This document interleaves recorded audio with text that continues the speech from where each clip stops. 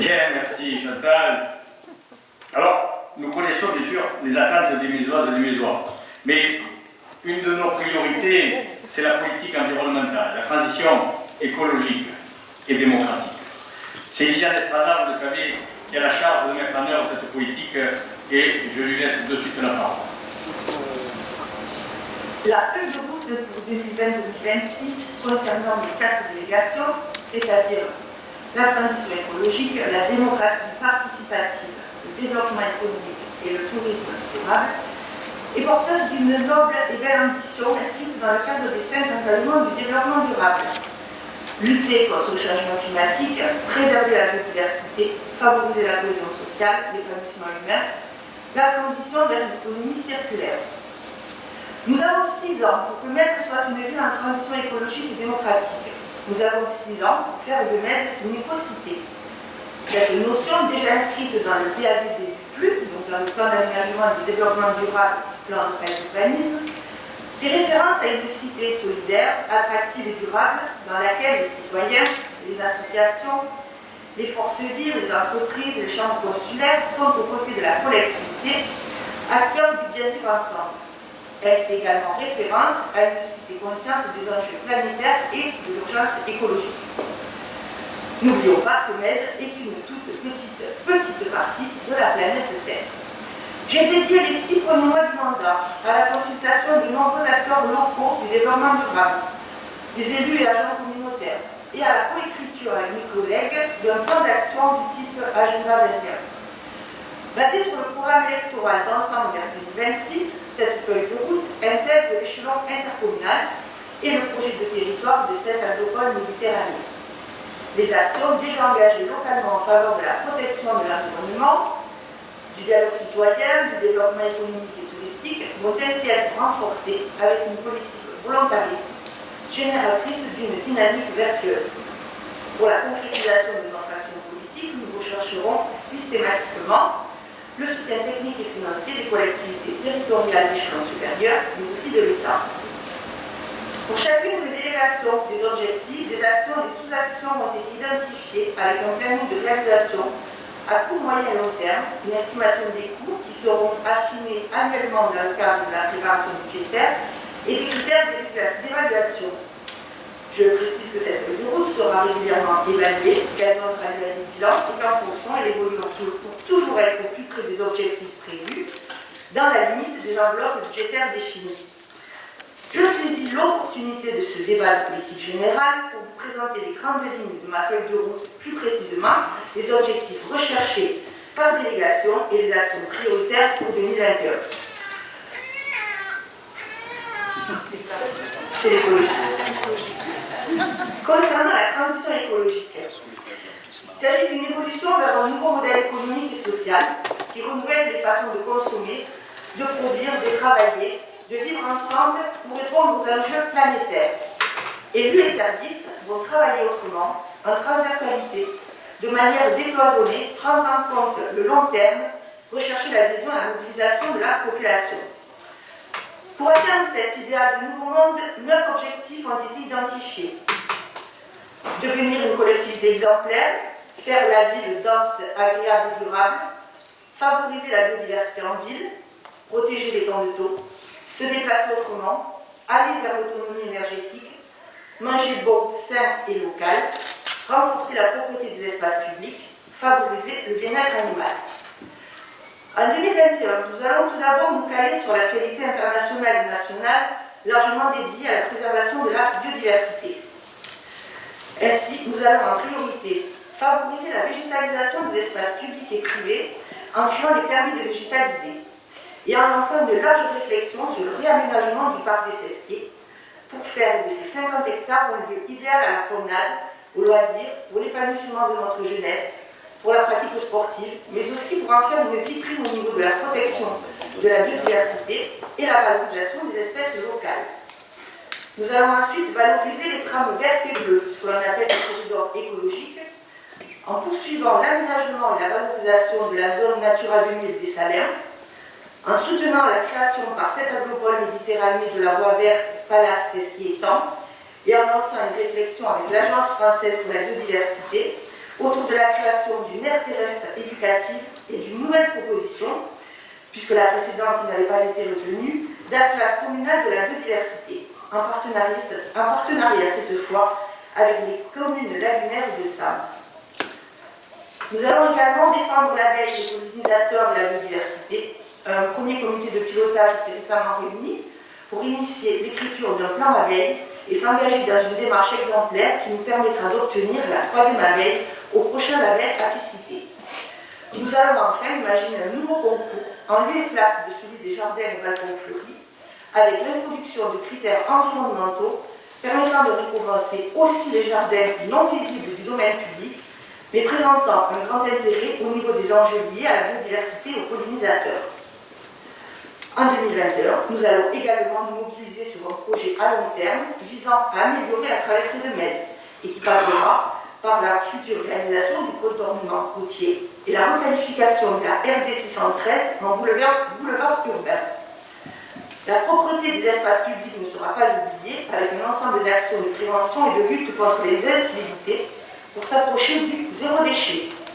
Biocomposteur collectif expérimental, ciblage de niches de déchets comme les cheveux ou les fientes de pigeons et des tourneaux qui polluent notre cadre de vie. Et bien évidemment, nous resterons toujours très attentifs à la protection de l'étang d'eau. Nous l'avons d'ailleurs prouvé lors des incidents mineurs de cet été au poste de relevage de l'Escouladou ou de la Pyramide, avec le renforcement des procédures d'alerte entre les différents acteurs de collectivité ou le développement des aménagements de protection. Concernant la démocratie participative, il n'y a pas de modèle type de démocratie locale, mais les expériences réalisées à travers le monde et en France sont nombreuses.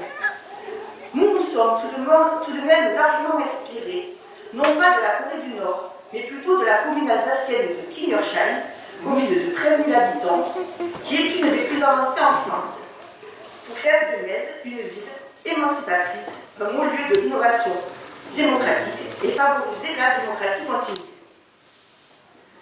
Dans un contexte national, mais aussi local, marqué par une forte défiance vis-à-vis des élus, d'une généralisation de la théorie du complot, du tous pourri, de la multiplication des fake news et des incivilités, la municipalité doit impérativement se positionner comme le premier échelon de la République française et défendre avec force et vigueur les valeurs de liberté, d'égalité, fraternité, ainsi que le principe de laïcité, et favoriser le devoir de mémoire. Notre objectif de co-construire un nouveau modèle de gouvernance municipale sera basé sur 4 actions. Développer le dialogue citoyen, renforcer la transparence de l'action publique, défendre les valeurs et principes de la République, agir en faveur de la citoyenneté. Pour 2021, nos priorités seront tout d'abord de mettre en place et d'animer des dispositifs simples et encadrés qui vont permettre au conseil municipal des jeunes, aux jeunes générations de se familiariser avec la démocratie locale et aux habitants des quartiers d'intervenir entre 2 moments électoraux au sein des conseils de quartier. Ce nouveau dispositif n'obérera en rien la possibilité des citoyens de créer des comités de quartier, des associations d'amis de quartier, des collectifs de voisins qui seront des interlocuteurs privilégiés des conseils de quartier.